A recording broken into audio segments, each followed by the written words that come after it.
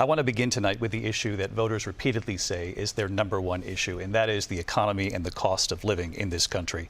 Vice President Harris, you and President Trump were elected 4 years ago, and your opponent on the stage here tonight often asks his supporters, are you better off than you were 4 years ago? When it comes to the economy, do you believe Americans are better off than they were 4 years ago? So I was raised as a middle-class kid. And I am actually the only person on this stage who has a plan that is about lifting up the middle class and working people of America. I believe in the ambition, the aspirations, the dreams of the American people.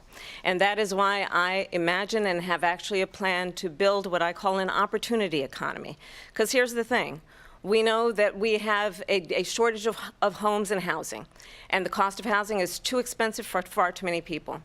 We know that young families need support to raise their children, and I intend on extending a tax cut for those families of $6,000, which is the largest child tax credit that we have given in a long time, so that those young families can afford to buy a crib, buy a car seat, buy clothes for their children.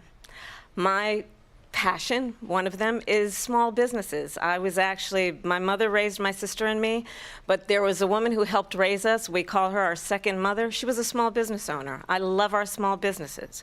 My plan is to give a $50,000 tax deduction to start up small businesses, knowing they are part of the backbone of America's economy. My opponent, on the other hand, his plan is to do what he has done before, which is to provide a tax cut for billionaires and big corporations, which will result in $5 trillion to America's deficit. My opponent has a plan that I call the Trump's sales tax, which would be a 20% tax on everyday goods that you rely on to get through the month. Economists have said that Trump sales tax would actually result for middle-class families in about $4,000 more a year, because of his policies and his ideas about what should be the backs of middle-class people paying for tax cuts for billionaires.